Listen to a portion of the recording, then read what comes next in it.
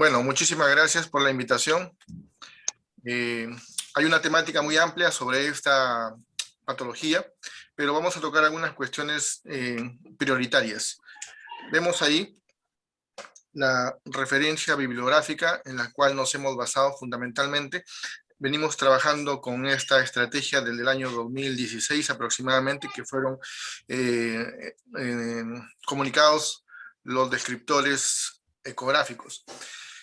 ¿Por qué es necesario detectar el espectro, lo que denominamos ahora el espectro de placenta ácreta? Porque no solamente detectar la adherencia anormal, sino planificar una cirugía, ya sea con histerectomía o ya sea para conservar el útero, eligiendo previamente el tipo de incisión, ya sea cutánea y también la incisión uterina. Estimar o controlar un sangrado que pueda repercutir desfavorablemente y también estimar el compromiso o lesión de órganos pélvicos. Estas preguntas fueron lanzadas hace unos días en una reciente simposio sobre acretismo. ¿Qué impacta en la detección de este espectro? A, selección del transductor, transabdominal versus transvaginal, llenado vesical, presión del transductor, modo ecográfico 2D, Doppler 3D, uso de resonancia o todo lo anterior. Y lo real es que todo esto impacta en la tasa de detección, incluido la experiencia, obviamente, del evaluador. Unas cuestiones pequeñas sobre fisiopatología. La conocida teoría de la alteración de la decidua basalis y la desaparición de la membrana de Nita-Buch, justo estos últimos tiempos se cuestiona esta teoría rígida y se encuentra y se postula de que el depósito subcoriónico, el depósito de fibrina perivellosa, alteraría esta membrana y contribuiría enormemente a la generación del acretismo placentario. Así, adicionalmente a los cambios inflamatorios de hipoxia que pueden haberse postulado, surge esta última teoría del efecto de la fibrina. El hecho es que sí se ha avanzado en estandarizar los tipos de compromiso placentario, ya sea la adherencia ácreta, el compromiso del miometro a través del incretismo o el atravesar el miometro y comprometer ya sea órganos contiguos como la vejiga u órganos pélvicos a través del percretismo. Adicionalmente, se ha estandarizado la forma de reportar el compromiso a nivel quirúrgico en tipos 1, 2 y 3, estableciéndose para el primero la acretismo más leve, el tipo 2 el incretismo y el tipo 3 el percretismo, con su grado de compromiso como establecemos acá. 3A limitado a la serosa, 3B con invasión de la vejiga y 3C con invasión de otros tejidos, órganos pélvicos. Importante, ¿por qué? Porque en nuestra institución, por lo menos que tenemos contacto, ya se está empezando a hacer reportes operatorios incluyendo el tipo de compromiso. PAS 1, PAS 2, PAS 3, A, B, C. Y eso va a permitir hacer la correlación patológica y ecográfica. Y eso es un punto que en estos últimos años, desde el año 2016, ha avanzado mucho. La tendencia a estandarizar en el diagnóstico ecográfico, en el compromiso quirúrgico y en el compromiso histológico. Esto es el extenso de esta clasificación de la FIGO en base a los criterios como se menciona en este documento, que lo pueden encontrar ustedes en una publicación de acceso libre, ya, pero que hemos traducido acá porque para tenerlo en contacto directo. En cuanto a la epidemiología, debemos saber que está aumentando la tasa de acretismo y eso que no se incluye en todos los casos. Nosotros sabemos que los que más se incluyen son los que comprometen a una histerectomía o un sangrado masivo, pero los acretismos de tipo focal o que ceden a un manejo intraoperatorio pues no se reportan patológicamente, no se estudian patológicamente y no contribuyen a la estadística general. En realidad, sí sabemos que cuando no se detecta, compromete seriamente no solamente a la institución, sino también a los recursos de la institución y también la supervivencia materna con gastos hospitalarios y sociales enormes. No se detecta aún en más del 30% de los casos y hasta en un 50% se descubren durante el parto o cesárea, con el impacto comunicado. Y justo, como mencionábamos, nuestro interés principal es aumentar el valor de la ecografía como un instrumento con alta tasa de detección, pero que requiere toda una estrategia de conocer las características ultrasonográficas, saber cómo evaluar esas características, hacer una evaluación multidisciplinaria y una planificación del parto o cesárea multidisciplinaria y obviamente fortalecer las capacidades diagnósticas a nivel local en diferentes provincias, como en Perú, por ejemplo, tenemos diferentes provincias.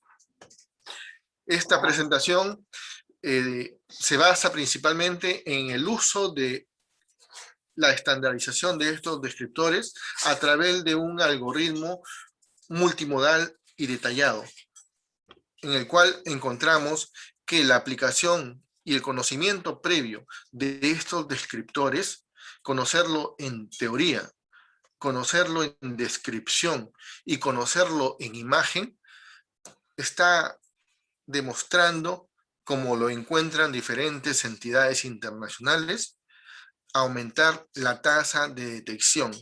Este es un pequeño estudio operacional realizado con casos entre el 2015 y el 2018, en el cual encontramos que la aplicación de este algoritmo tuvo una sensibilidad altísima de 98% y con un valor positivo de 8.17. En realidad, también fue importante para la detección del percretismo y a pesar de que no establecimos estadísticas para el acretismo focal, porque no tenemos en contacto con los análisis patológicos, solamente con los reportes operatorios, sí hemos visto correlación entre la necesidad de apoyo en la cirugía por lecho sangrante o adherencia mínima en el intraoperatorio con los hallazgos ecográficos prenatales. ¿Qué implica este algoritmo?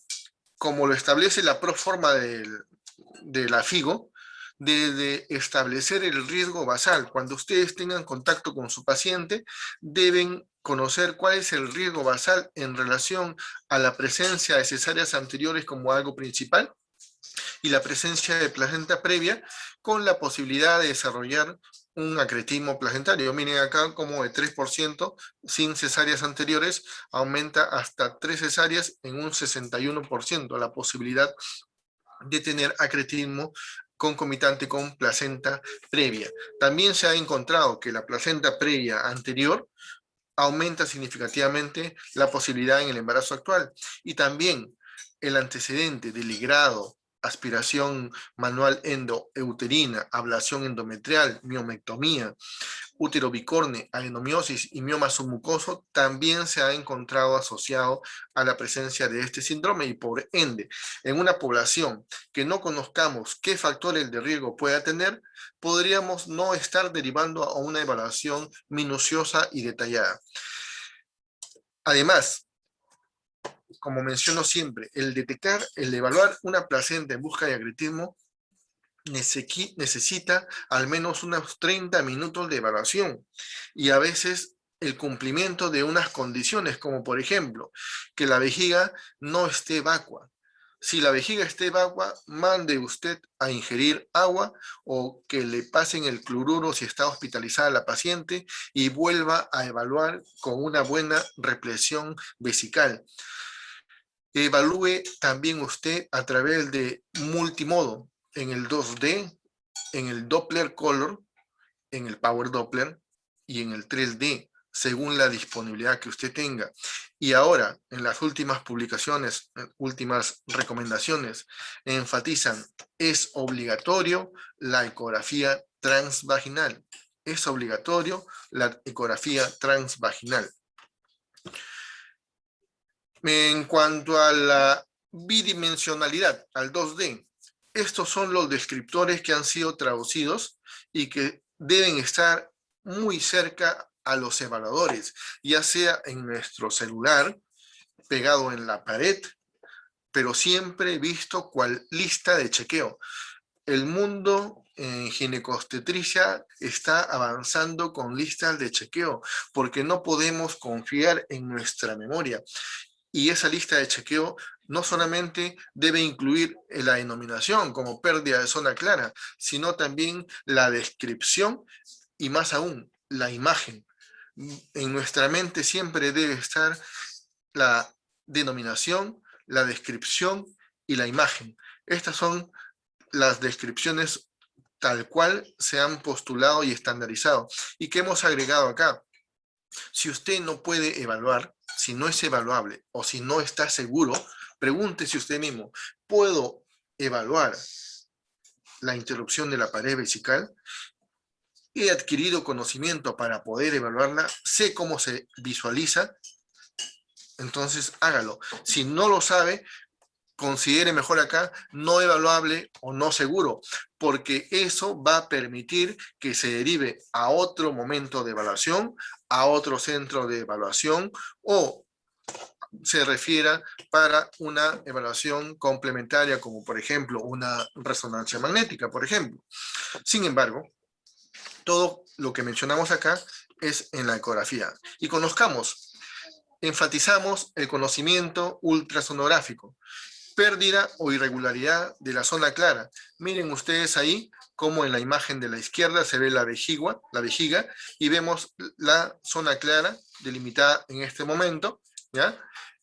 A diferencia, miren acá, vamos a ampliar un poco y vean esa línea hipoecogénica, que se ve mal nítida ahí, y también vemos acá esa línea hipoecogénica de la zona clara, esa zona clara. Obviamente esto implica optimización de imagen, juego con la ganancia, juego con los focos, juego con la profundidad, juego con las frecuencias, el manejo del equipo ecográfico. Y miren en la parte inferior derecha, una placenta en la cual no se diferencia esa zona hipoecogénica.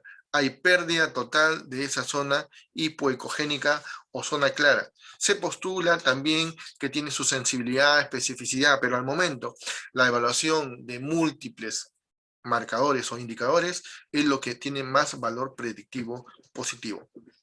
Otro ejemplo, veamos acá en la imagen izquierda, miren ahí la zona hipoecogénica, la zona clara, ¿ya? En el abordaje transvaginal. Y a diferencia, en este lado no vemos esa zona hipoecogénica, ¿ya? Entonces, dos casos para comparar la presencia de esa zona clara y la ausencia de esa zona clara. Vamos conociendo muchas presentaciones, por ejemplo acá, a simple vista parecería que la zona clara está ausente. Sin embargo, la técnica de evaluación, la angulación del transductor también contribuye a generar zonas claras ausentes. Así que debemos aprender a cómo colocar el transductor, a cómo evaluar la zona clara o el miometrio a través del movimiento de la sonda, porque podríamos generar falsas ausencias de zona clara. Miren acá en la imagen izquierda, vemos una placenta que a simple vista no se evidencia la zona clara. Pero esa misma paciente está con un cambio diferente de traductor, mostrándonos una zona clara evidente. Miren ahí, zona clara evidente, ¿ya? Generado por la angulación deficiente del transductor. Acá también tenemos que ver que la zona clara puede estar presente en un segmento, como por ejemplo, vemos ahí, zona clara presente, pero de pronto al hacer el barrido, miren ahí desaparece la zona clara y luego se reinicia en este punto. Hay que tener precaución, porque esto es lo típico de los secretismos focales. Esos que en intraoperatorio van a dejar un lecho sangrante y algunas veces ceden al cauterio o otras requieren algunos puntos. ¿Ah? Otro denominador, lagunas placentarias anormales. Veamos ahí, miren, lagunas placentarias anormales, irregulares, no son esféricas totalmente, son irregulares, algunas alargadas, incluso se ve un flujo dentro de esta laguna que se ve en 2D con un flujo turbulento. Cuando son múltiples da una imagen de queso suizo. ¿Ya? Pueden ser intraparenquimales y también cerca a la interfase. ¿Ya? Estamos viendo en escala de grises. Miren en la imagen de la izquierda, estamos centrándonos en el parénquima. No vemos la interfase porque la vejiga no es adecuada. Igualmente en el lado de la derecha. ¿Ya? Lagos placentarios, acá, muchas veces se dice, ¿a qué se refiere lagos placentarios Finber 2, Finber 3? Bueno, esto viene desde hace mucho tiempo. El año 92, Finber describió las características de unos lagos placentarios y cuando es de Finber 2, 4 a 6 lagunas redondeadas y pequeñas, pero puede haber una grande e irregular. Sin embargo, el Finber 3, más de 6 lagunas que son más grandes y irregulares. Lo característico es la irregularidad. Entonces, Finber 3, lagunas múltiples irregulares. A diferencia del Finber 2 o Finber 1. ¿Ya? Interrupción de la pared vesical. ¿Qué vemos también ahí? Pérdida o interrupción de la pared brillante, como vemos acá, pared brillante de la vejiga, que es una banda hiperecoica o línea entre la serosa uterina y la luz de la vejiga. ¿Ah? Y acá se torna irregular. Muchas veces esa irregularidad es por la presencia de los vasos. Acá lo vemos en el 2D. Y acá también en el 2D, algunas veces potenciado por la inadecuada colocación del traductor, pero otras veces reales cuando se optimiza la imagen, como por ejemplo acá es ocasionada por los vasos puente que cortan esa línea hiperecogénica que debería verse como esta imagen. Entonces la presencia de vasos puente en el 2D genera esa irregularidad. La protrusión o la protuberancia también genera pérdida de la regularidad. Adelgazamiento miometrial. Vean acá el miometrio normal, debe verse así. Miren la magnificación, exige magnificación. Y acá hay anormalidad, adelgazamiento, irregularidad. Igualmente acá, imperceptible el miometrio. Muchas veces no se puede detectar, no se puede medir, es no detectable. Algunas veces es sumamente adelgazado, se dice que más de 5 milímetros es lo usual, normal. Entre 2 a 5 milímetros quizá es un adelgazamiento ya, pero menos de 1 milímetro es lo significativo, lo grosero, o lo no detectable.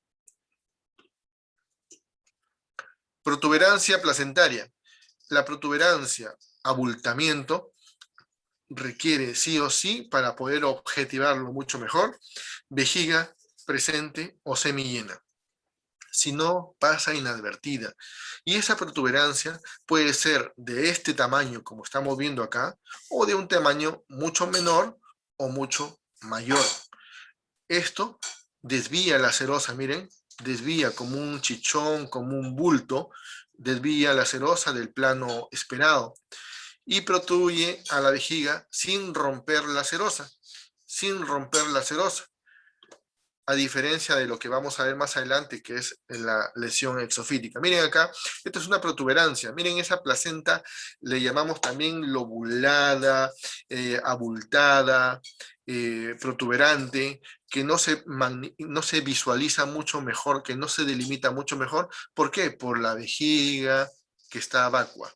Si la vejiga estuviera un poco llena, se vería muy nítida, porque traduce esta lesión. Miren acá, esta proyección, esta protrusión en el intraoperatorio.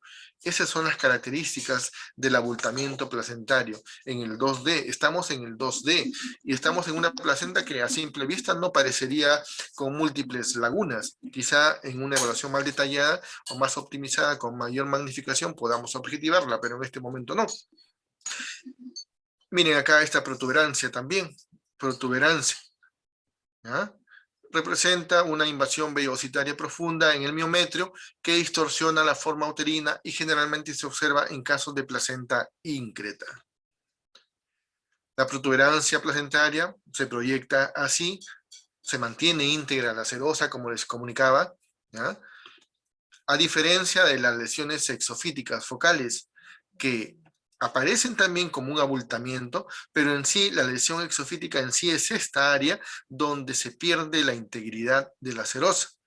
Hay proyección más bien de ese tejido placentario a la cavidad vesical, ¿ya? Hay rotura, eso ya es pericretismo, característico de una lesión exofítica.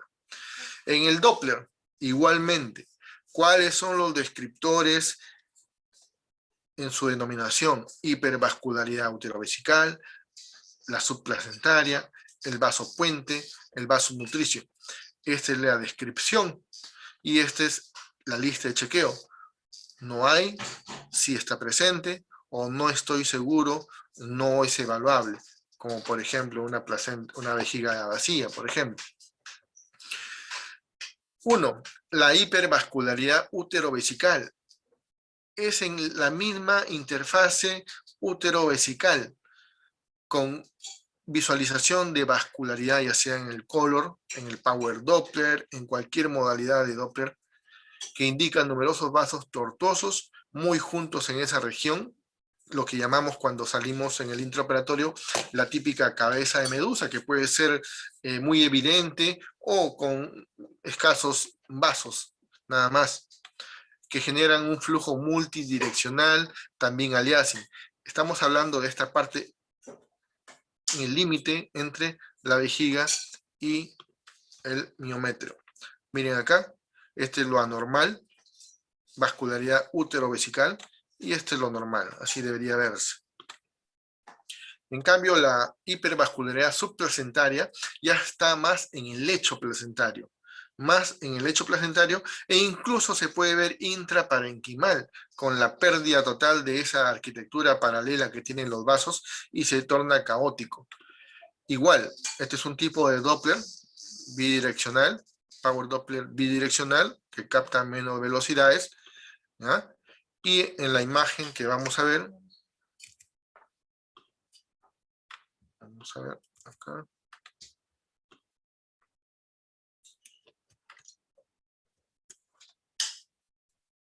Vamos a continuar acá.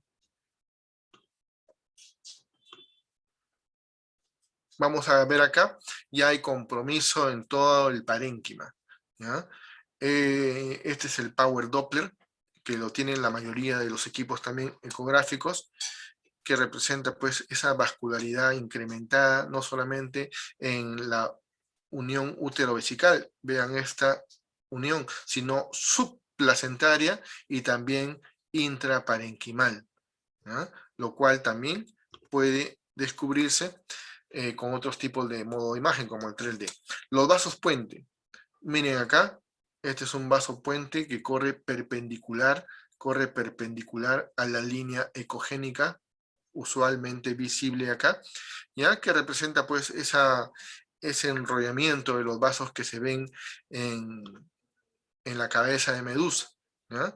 Se ven como señales Doppler color que surgen en el miometrio y cruzan esta pared uterina hacia la vejiga. Miren acá, ¿ya? Y no atraviesan la serosa.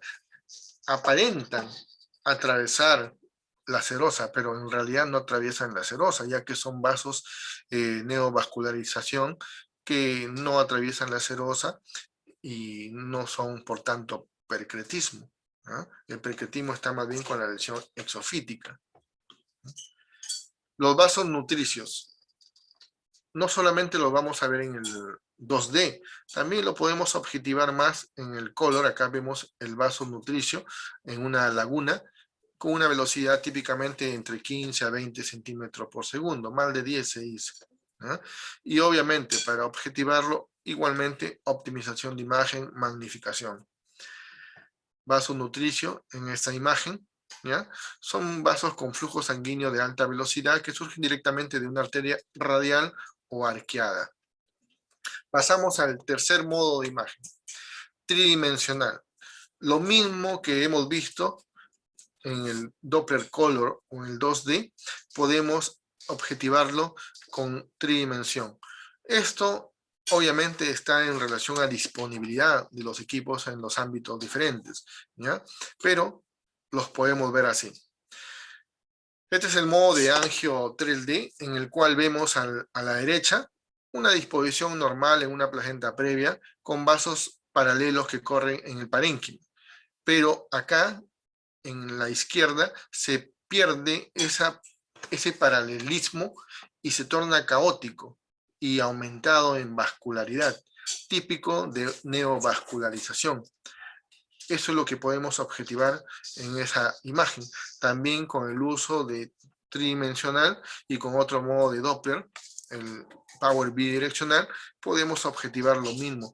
Como se ve el piso de la vejiga, miren ahí numerosos vasos que vamos a ver en esta imagen. Esa denominada cistoscopía tridimensional con ecografía objetiva el piso de la vejiga y que en circunstancias de pericretismo se pueden ver proyecciones o lesiones exofíticas que atraviesan ese piso. Acá lo que se ve simplemente es la vascularidad que no atraviesa la serosa y numerosos vasos objetivados tanto en el sagital como en este plano oblicuo coronal, y que representa pues lo que llamamos cabeza de medusa o neovascularización, con vasos en diferente dirección, incluso comprometiendo la parte vesical de la pared posterior de la vejiga, extendiéndose a nivel inferior o a nivel más craneal. ¿Cómo se vería un acretismo focal en el 2D? Miren esa imagen, hay una proyección o protuberancia a este nivel, ¿ya? El modo de evaluación debe ser lento, vamos agregando ya aspectos técnicos lento, el movimiento de la sonda debe ser lento y debe haber vejiga presente. Este es un modo distante, esto lo vamos a optimizar, se optimiza, seguimos aún en transabdominal, miren cómo estamos optimizando la imagen, ¿ya? Aún estamos con transabdominal, vemos ahí lagunas, ¿ya? Y desaparición del miometrio, de la línea hipoecogénica. Y también lo optimizamos vía transvaginal. Y vemos ahí una área restringida con vascularidad incrementada, compatible con una adherencia focal. Esto es sumamente difícil objetivarlo con vejiga vacía y transabdominal. Es sumamente difícil. Algunas veces se descubre en el intraoperatorio cuando no se desprende la placenta, o cuando se desprende queda un lecho sangrante que sangra y requiere esas medidas de control. En el tridimensional podemos ver un área focal de vascularidad aumentada en un punto, a diferencia de lo que se vería en el acretismo segmentario o mal difuso, ¿no? Estos casos, por ejemplo, van a quedar en el intraoperatorio porque no se manda la parte del útero a la patología y por tanto se evalúa solamente la placenta, y en la evaluación rutinaria no se suele describir la adherencia de tejido miometrial. Así, este algoritmo diagnóstico con los descriptores estandarizados también puede tener un alcance. La información que hemos conseguido, ya sea en publicaciones externas o hallazgos en casuística institucional, nos ha permitido establecer unas características para compromiso cervical. Uno, pérdida de la ecoanatomía cervical. Así, usted conoce el cervix en forma de tonel, con su labio anterior, labio posterior. La pérdida de esa ecoanatomía ya está ingresándose como una sospecha de acretismo cervical. La presencia de lagunas en las paredes cervicales. Y es posible que haya ese compromiso. Pérdida de la interfase entre la placenta y el cervix. Invasión vascular del cervix. Obviamente, ya estamos entrando al Doppler. Signo de la medusa al angio 3D, especialmente transvaginal. Y si usted encuentra altamente compatible con un acretismo cervical, se conoce que la posibilidad de compromiso parametral está presente significativamente. Esta es una información que ha sido publicada y este es un caso nuestro de acretismo cervical, como ven ahí ustedes en la imagen en 2D. También se ha hecho resonancia para acretismo cervical. Miren lo normal acá, una imagen de un cervix con su forma de tonel normal, medible en su longitud, y acá sumamente acortado, pequeño, irregular. Y eso evidencia de compromiso cervical a la resonancia. Sabemos que la resonancia tiene pues muchos aciertos en donde no alcanza la ecografía transabdominal ni la transvaginal, especialmente compromisos posteriores. Vemos ahí estas típicas características: pérdida de la ecoanatomía, irregularidad del cervix con vascularidad incrementada al Doppler, que se ve acá esa forma de cabeza de medusa, como vemos acá, y que al angio 3D se ve también esa proyección en forma de medusa. Miren acá, hay una medusa para cada modo de color, y esta medusa para el angio 3D. Entonces, estas serían las características que estamos recopilando, tanto en publicación internacional como en los casos que hemos visto institucionalmente. Luego que hace usted la evaluación en esa forma, en ese algoritmo, en ese proceso, ¿cómo concluye si hay o no hay acretismo? Los contrarios a esta forma de evaluación que propone el grupo de trabajo de espectro de placenta ácreta y la FIGO, es que es un indicador subjetivo, ciertamente, porque califica en modos alta, intermedia y baja, ¿ya? Y también permite dar una alta sospecha de acretismo focal, difuso y de percretismo. De ahí que hayan aparecido diferentes scores, ¿ya? O propulsores del uso de puntajes. Sin embargo, una evaluación local en base al seguimiento de pacientes nos permite concluir lo siguiente: que si nosotros no conocemos todos los descriptores, no es prudente usar un sistema de puntaje con solamente buscando 2 o 3 descriptores. ¿Por qué? Porque al encontrar esos 2 ausentes, da la falsa impresión de que la posibilidad de acretismo es baja por el desconocimiento de los otros descriptores. Por ende, ya llevamos 5 años insistiendo de que esta estrategia daría la mayor tasa de detección y la mayor asociabilidad a prevenir complicaciones mayores. ¿Qué exige? Que exige conocer estos descriptores, exige buscar estos descriptores, exige al menos 30 minutos de evaluación con las características mencionadas. ¿Cómo reportar?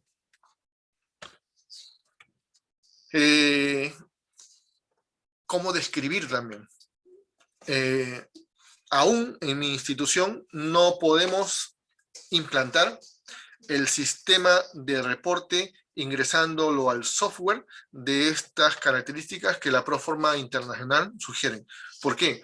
Porque todavía estamos en proceso de conocimiento de los descriptores y aún no hay uniformidad en concordar en que esta estrategia es la más idónea. Particularmente, y algunos colegas que tenemos como entre comillas, seguidores o que quieren usar esta estrategia, pues podemos mostrar evidencia de la alta tasa de detección y la muy baja tasa de falla, y para los diferentes tipos de acretismo.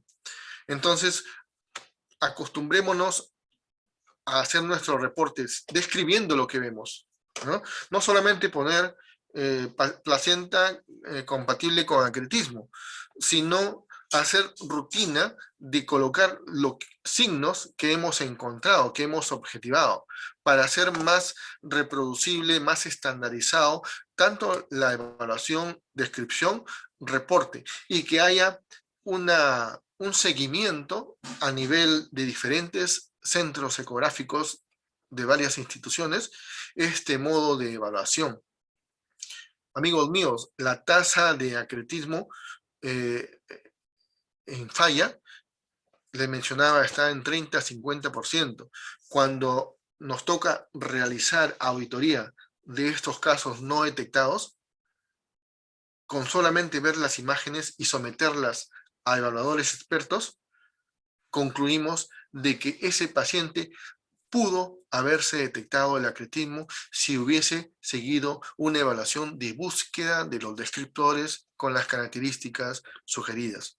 Así, la conclusión puede ser alto riesgo de preacretismo, alto riesgo de acretismo o compatible con acretismo, pero agregando los descriptores, y también alto riesgo de evidencia de espectro placentario acreta, porque hay evidencia de neovascularidad extensa, miometrio muy adelgazado, probable invasión hacia pared posterior de vejiga y ligamento ancho pelvis derecho, abultamiento, pérdida de la zona clara, un sinnúmero de descriptores que cuando entra a la cirugía, el cirujano va a decir, miren, esta placenta tiene un abultamiento, y la ecografía dice abultamiento.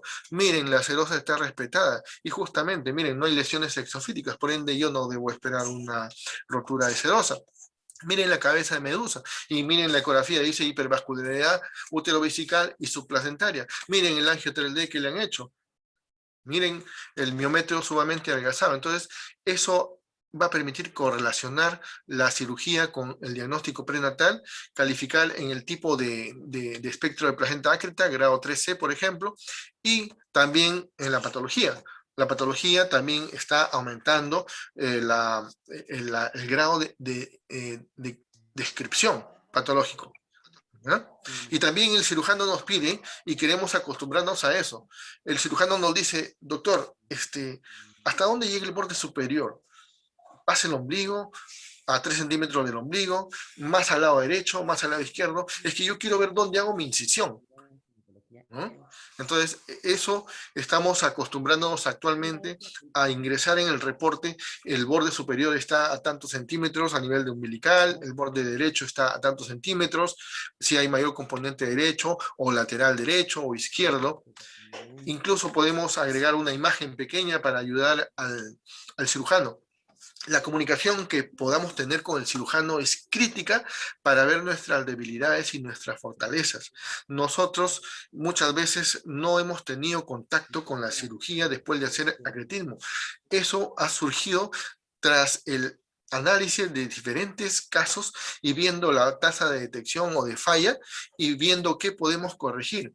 Y ahora podemos concluir de que una estrategia que siga en este camino de búsqueda estandarizada de descriptores con una evaluación multiabordaje y multimodal, nos va a permitir incluso diferenciar que esta placenta, que si bien hay pérdida del miometrio no visible, que no hay una zona clara, que hay una protuberancia placentaria, tal cual lista de chequeo, llegar a concluir de que tras una cirugía lo que había era una dehiscencia. ¿Por qué? Porque no hay neovascularización, no hay invasión. Sí hay esa protuberancia, sí, pero en una zona de dehiscencia. Y esto, incluso el patólogo muchas veces al encontrar un orificio, un hueco, va a concluir como pericretismo, pero que en realidad no es un pericretismo, sino dehiscencias que han estado pasando como pericretismo. Algo chiquito sobre técnica de evaluación placentaria, ¿ya? El ángulo de insonación. Miren ahí el ángulo de insonación en el cual objetivamos la zona translúcida versus cuando es perpendicular, no se objetiva en la zona translúcida, no se objetiva el miometrio, más aún si no hay vejiga, fallamos o aumentamos la tasa de falsos positivos. Hay que tener precaución en eso. Vejiga vacua. Miren acá, ¿qué puedo objetivar? ¿Ya? En este lado sí puedo ver lagunas, quizá como entre comillas experto, puedo ver que hay lagunas, ¿ya? Pero ¿qué nos limita evaluar una placenta previa con vejiga vacua? Nos limita en que no vamos a poder ver la pared vesical, tampoco el miometrio, la zona translúcida, la hipervascularidad, el abultamiento placentario, las lesiones exofíticas. Es decir, todo eso no voy a poder objetivar si estoy con vejiga vacua. La vejiga muy llena también, aparte de que comprime los vasos, y al Doppler también requiere que tengamos que bajar el PRF o evacuar un poco la vejiga para que no haga mucha presión, ¿ya? Lo recomendable es 250 a 300 mililitros, más o menos, ¿ya? Un poquito más diría yo, ¿ya? En el cual nos permite ver la vascularidad y la interfase, la integridad de las estructuras. Y eso sí nos permite objetivar hipervascularidad uterovesical, abultamiento placentario, lesiones exofíticas, pared vesical, miometrio, zona translúcida.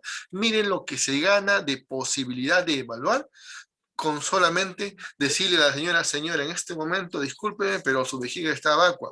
Y yo no quiero quedarme limitado, yo quiero buscar todos los descriptores. Así que por favor, tómese su medio litro de agua, regrese en media hora, que acá la esperamos. La ecopresión, así haya vejiga semillena, la ecopresión limitada permite objetivar la zona clara, pero si aumentamos la presión, vamos a desaparecer la zona clara. ¿Ya? Entonces, la ecopresión también participa. La lentitud de evaluación. Muchas veces cogemos el traductor y le hacemos un barrido de frente. No, eso no permite visualizar todas las estructuras. Entonces tiene que ser lentamente, lentamente. Y más aún en equipos de gama baja donde los cuadros por segundo son más bajos. ¿Ya? Entonces, realizar barridos múltiples, lentos, multiabordaje, coronales, sagitales, transversos, de derecha a izquierda, ¿ya? Caudocefálicos. El multiabordaje, miren ahí lo que logramos con una ecografía transvaginal. ¿Ya? Objetivamos que es una placenta normal, ¿ya? Objetivando todas las características de la normalidad, ¿ya? Y lo que logramos con la transvaginal, también lo que hemos visto en los casos previos, y el multimodal, 2D. El 2D se puede optimizar y se debe optimizar la imagen, magnificar, disminuir los cuadros por segundo, disminuir el ángulo de barrido, ¿ya? El zoom sectorial, el zoom de alta definición, ganancias, rangos dinámicos, todo eso. En el Doppler Color, no solamente el Doppler Color, sino el Power Doppler también, o el Power Doppler bidireccional, y en el Angio 3D. Determinantes finales de la tasa de detección. En general, que no se diagnostican hasta 2/3 según los reportes, y la tasa de diagnóstico de descarte varía por estudio y ámbito geográfico dependiente del operador, de la resolución del equipo, del modo ecográfico, del modo de abordaje, de la técnica de evaluación, del medio diagnóstico, de la edad gestacional. ¿Ah? Entonces, potenciemos el ultrasonido. Usted adquiere en este momento un ecógrafo de gama media o gama baja y quiere usted buscar acretismo. Pregúntese, momentito, ¿conozco los descriptores de acretismo? ¿Sé cómo evaluar el acretismo? ¿Sé la técnica, el algoritmo multimodal, multiabordaje? No. Entonces, el pobre equipo no tiene la culpa, mis amigos míos. Así les pongan a ustedes un ecógrafo de altísima gama o resolución. Si no conocemos todos los descriptores, nuestra tasa de detección no va a ser tan buena y nuestra tasa de precisión y diferenciación entre el focal, segmentario, difuso y la descripción de las diferentes imágenes que son típicas del acretismo va a ser disminuido. Gracias. Excelente, doctor Walter Castillo. Muchísimas gracias. Una presentación muy didáctica, muy ilustrativa. Yo voy a darle ahorita lectura a algunas de las preguntas que están o que han llegado a través del chat. Igual, por favor, a los colegas que están presenciando esta plática pueden hacer sus preguntas, por favor, a través del chat. Yo voy a ir haciendo lectura. Muy bien.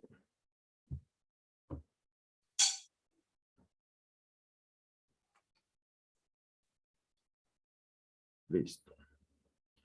Nos preguntan, ¿qué tan precoz puede realizarse el diagnóstico de acretismo placentario? Bueno, actualmente la detección de implantación en la zona de la cicatriz de la cesárea, por ejemplo, ya está dando buenos resultados en la predicción y detección precoz del acretismo. Lamentablemente nuestra población gestante no accede comúnmente antes de las 12 semanas, ¿ya? Recién está empezando a enviarse a las pacientes a la evaluación de screening del primer trimestre. Por ende, la mayor posibilidad de detectar ya signos tempranos de acretismo sería pues en el primer trimestre como una cuestión de mayor acceso que tiene la población gestante, ¿no? Gracias. ¿Es necesario confirmar el diagnóstico siempre mediante resonancia magnética? Si es así, ¿a qué edad gestacional está indicado? ¿Y cuál es la edad gestacional adecuada para evacuación del embarazo? Bueno, en nuestra institución tenemos una alta tasa de acretismo placentario.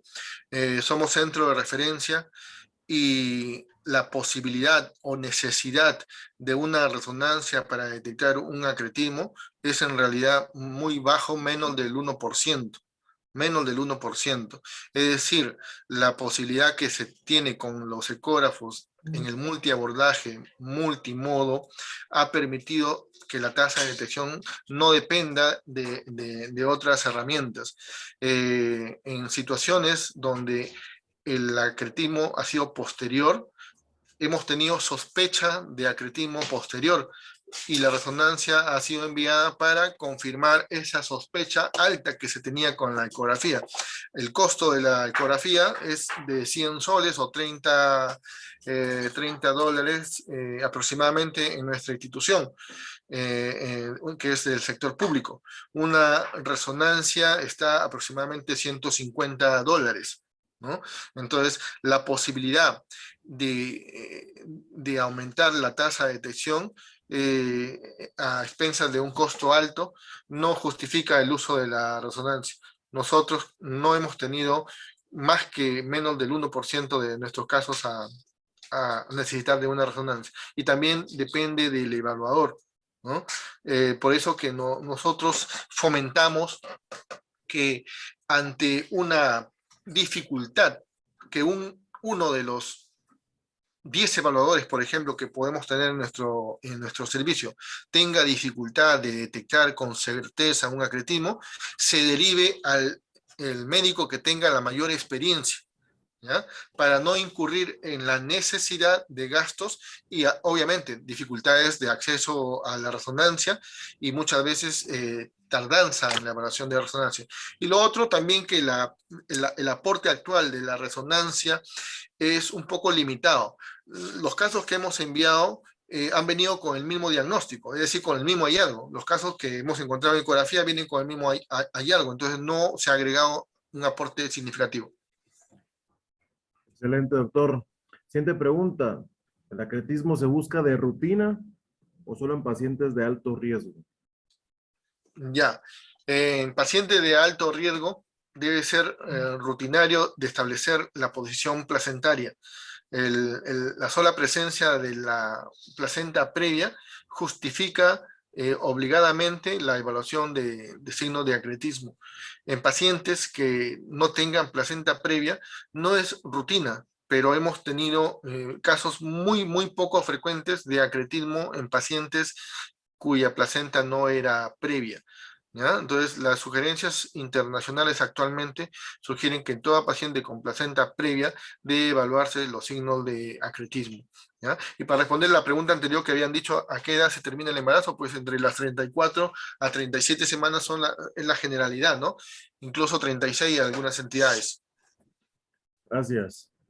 ¿Estos criterios son aplicables a cualquier región del útero o solo a la región anterior donde se ubica la vejiga urinaria? No, la mayoría de criterios son aplicables a cualquier región del útero, por ejemplo, la zona hipoecogénica, el miometrio, la presencia de lagunas, la vascularidad en el espacio subplacentario o parenquimal, se puede aplicar en cualquier zona del útero. Las lesiones exofíticas, obviamente, lo usual es que atraviese la vejiga y ahí requerimos una ventana hídrica para objetivarla. Igual, el abultamiento, requerimos siempre una ventana que nos permita objetivar ese abultamiento. En otra localización, por ejemplo, una placenta fúndica, puede haber un abultamiento, una imagen abultada, pero generalmente es inadvertida si no tenemos una ayuda como una ventana de la vejiga. Luego encuentro muchos saludos, muchas felicitaciones. Nos indica aquí cuál es el lugar más frecuente del acretismo placentario.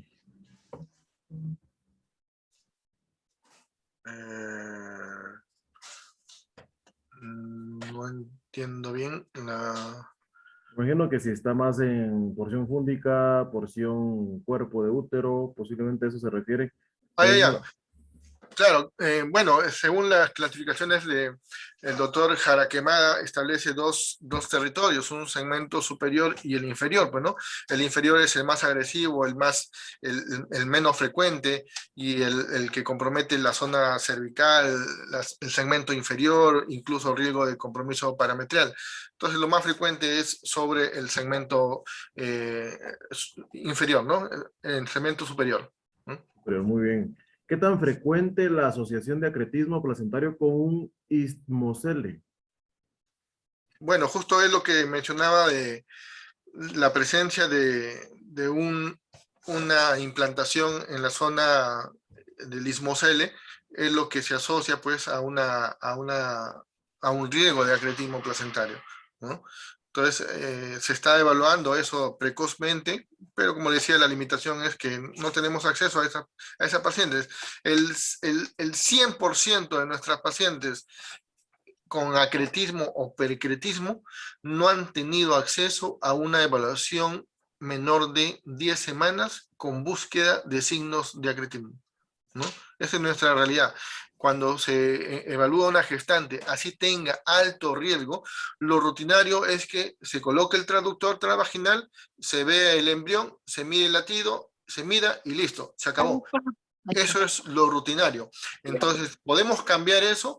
Bueno, hay necesidad de cambiar eso, porque en otras partes del mundo ya se está haciendo la evaluación de viabilidad y la evaluación de gestación temprana, en donde pues obviamente a las pacientes que tienen todos los factores de riesgo, vienen las publicaciones del Lismocel, del ángulo del Lismocel, del ángulo de implantación, obviamente. Esas pacientes tienen acceso a ese momento.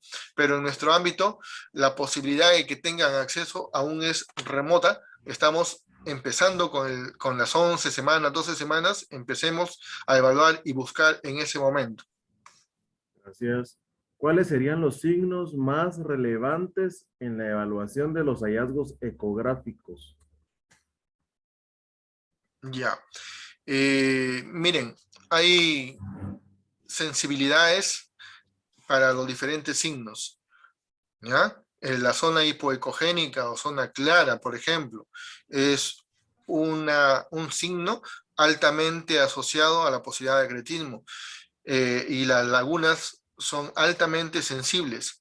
Sin embargo, actualmente se conoce que hay esos signos son generados y dan falsos positivos. Les mencioné, la colocación del ángulo genera una zona clara ausente y un miometrio deficiente.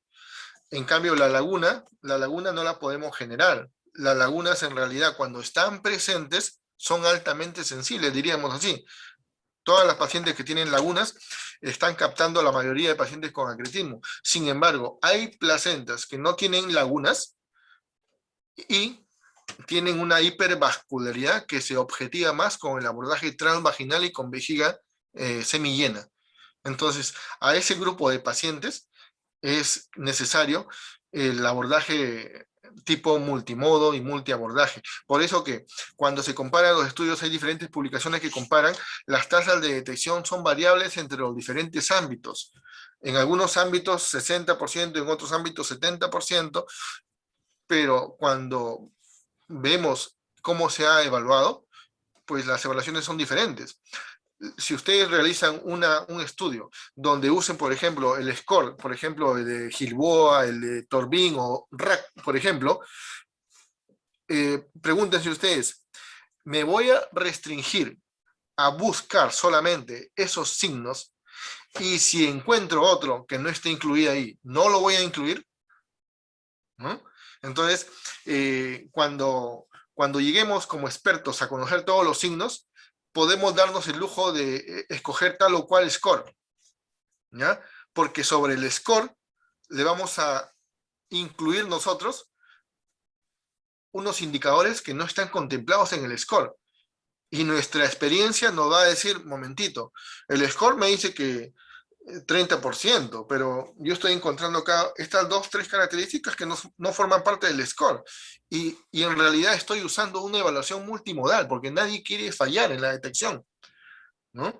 Entonces es un problema muy álgido el fallar en la detección de acretismo. Entonces nos queda aprender los signos, buscar los signos, y si estoy limitado en el conocimiento de los signos o el modo, entonces tendré que reevaluar o pedir una asistencia, ¿no? Ok, muchas gracias. Tengo la siguiente pregunta por acá. Vamos a ver. ¿Cuántas pacientes, aquí preguntan sobre su experiencia, doctor? ¿Cuántas pacientes checadas por usted murieron? ¿Cuántas murieron en hospital privado o público? Pregunta exagerada, pero es para tener un dato real. Y de ahí, pues, excelente conferencia. Saludos desde Comitán, Chiapas, México. Doctor Martínez Cardiel, dice. Bueno, yo no realizo cirugía, ¿no? Yo me dedico exclusivamente al diagnóstico prenatal. Entonces, las pacientes no son operadas por mí, son referidas de otras instituciones y las que tenemos contacto en la institución, varias de ellas han requerido politransfusión, han requerido cuidado intensivo y prolongado. Es decir, el compromiso ha sido tan severo que el no diagnóstico hubiera repercutido aún más desfavorablemente en esa paciente. ¿Ah? Hemos visto casos catastróficos, sí, en varias partes del país. Nos llegan casos de auditoría para aportarles en la evaluación de los procesos, de los casos, y sí, pues nos toca conocer los procesos de las pacientes que han fallecido en otras instituciones, ¿no? Y que pudo corregirse o que debió corregirse para evitar esos desenlaces adversos. Por eso que nuestra información que comunicamos es en base al análisis de casos con desenlace adverso severo en el cual no ha habido una evaluación como la que proponemos. Ese es el tic del asunto. Lo otro, nosotros estamos fomentando, por ejemplo, en mi institución, que haya un equipo experto en lo que es el manejo quirúrgico y un equipo experto en el diagnóstico prenatal.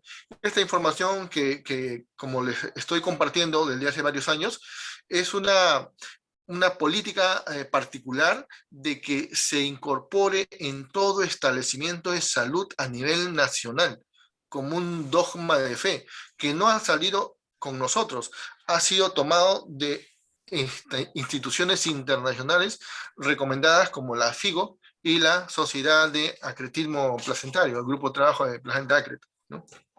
Gracias. Doctor, buenas noches. ¿Podríamos describir como acretismo focal, describir un segmento, y acretismo total, si se usa esa terminología? Bueno, los términos comunicados son difuso, acretismo difuso, porque incluye varios segmentos del útero en realidad y de la placenta, y acretismo focal porque está restringido a un cotiledón, a lo mucho a un cotiledón, ¿ya? Entonces, dos cotiledones como un acretismo segmentario y el compromiso de tres a más cotiledones o el compromiso de parte significativa del útero en su territorio superior e inferior está considerado como un acretismo difuso, ¿no? Incluso el percretismo, ¿no? ¿Qué ganancia el Doppler y PRF de Doppler recomienda? Bueno, en realidad eso depende en el modo color, el objetivo es disminuir siempre el aliasing. Cuando no haya aliasing, ¿ya? Eso le va a permitir a ustedes decir que esa vascularidad o impresión de vascularidad no es falsa, no es generada por el bajo PRF. Entonces, subamos el PRF hasta que se desaparezca en el aliasing en el modo color, teniendo en cuenta que cuando usamos el modo color, capta típicamente flujos de alta velocidad, de mayor velocidad.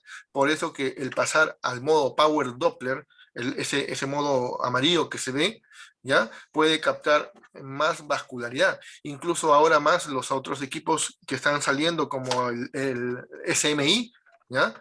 Es un modo de imagen con una captación magnífica de velocidades más bajas, mejores que el Power Doppler energía. Obviamente requiere que conozcamos esas máquinas y que tengamos acceso a ese tipo de máquinas, pero ya lo han publicado ya en el último congreso de ISO-OJ, el beneficio del modo SMI. Perfecto. ¿Las imágenes 3D endovaginal podrían sustituir a la resonancia? Eh, Más que todo, la evaluación 3D intravaginal se prioriza para la vasculatura. La resonancia tiene su potencial en evaluar el compromiso de tejidos blandos, ¿no? Entonces, cuando usted sospeche de alta posibilidad de compromiso parametrial, percretismo, ¿ya?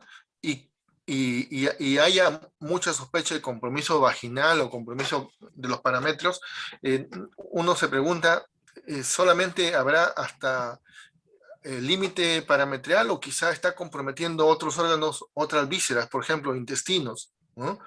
Ahí es donde nos apoyamos de la resonancia magnética, ¿no? En la vascularidad, la ecografía transvaginal, ya sea en Doppler o en angio 3D, es suficiente, ¿ya? Pero lo otro sí, cuando es posterior o su ecografía transvaginal no tiene alcance, cuando la posición es más posterior, ¿no? En caso de una placenta posterior, ¿qué signo de invasión a otros órganos o estructuras podrían haber? En la posterior, igualito, es útil el abordaje transvaginal. Vascularidad aumentada a nivel parametrial, compromiso cervical, ¿ya? En diferente modo de imagen, color, distorsión del cuello, y eso es típico en las placentas posteriores. Y obviamente la pérdida de la visibilidad o ecoanatomía de la placenta a nivel posterior, ¿ya? Entonces, eso es son los signos. Se deben buscar los signos de compromiso cervical y los signos que se ven en cualquier tipo de placenta, ¿no? Perfecto. Relación entre la implantación del embrión en el nicho de la cicatriz uterina previa. ¿Se debería aconsejar interrumpir tempranamente el embarazo? Bueno, ese es un asunto muy, muy discutible. Les cuento una historia. Hace varios años, una gestante nos cuenta su caso. Doctor, cuando tuve 6 semanas, mi doctor que me hizo la ecografía me dijo que debo interrumpirle porque mi embrión estaba en la cicatriz. Entonces yo visité a otro colega y a la semana y me dijo, no, está bien, no hay problema, puedes continuar tu embarazo. Y eso fue la historia de la paciente. Pero estábamos hablando de una paciente que a las 15 semanas hizo rotura uterina con compromiso de múltiples vísceras y que casi fallece porque perforó el útero mientras estaba gestando aún de 15 semanas.